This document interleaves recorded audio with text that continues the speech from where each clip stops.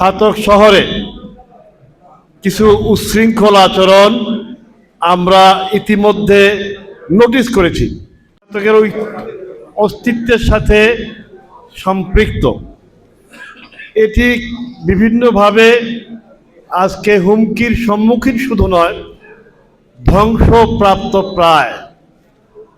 আমরা মনে করি এই বিষয়ে আমাদের এই ব্যবসার সাথে যারা সম্পৃক্ত আছেন, আপনাদের এই অ্যাসোসিয়েশন সহ আমরা আপনাদের সাথে আলোচনা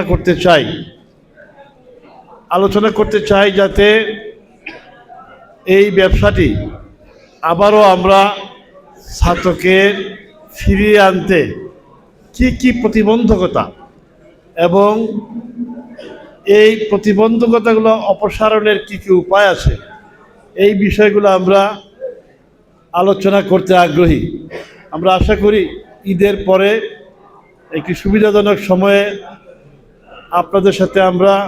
আপনাদের প্রতিনিধিদের সাথে আমরা এই বিষয়ে এবং সংশ্লিষ্ট সরকারের সংশ্লিষ্ট যারা দপ্তর আছেন তাদেরকে সহ আমরা আপনাদের সাথে কথা বলতে চাই।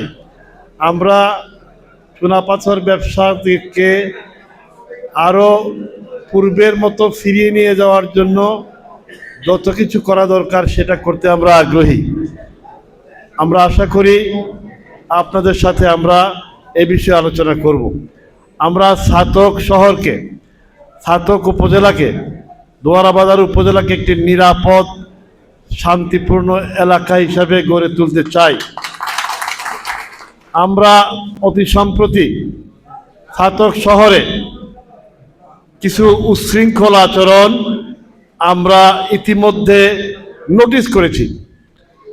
আমরা এখানে ভারপ্রাপ্ত কর্মকর্তা সাহেব আছেন, দরকার হলে আমরা পুলিশ সুপার সাহেবের কথা বলবো এবং এই সমস্ত আচরণ জনগণের জন্য খুবই বিভ্রান্তিকর, আইনশৃঙ্খলা পরিস্থিতির অবনতির পরিচয় বহন করে।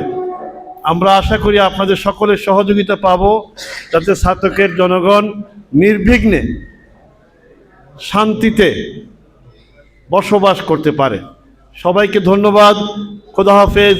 বাংলাদেশ জিন্দাবাদ।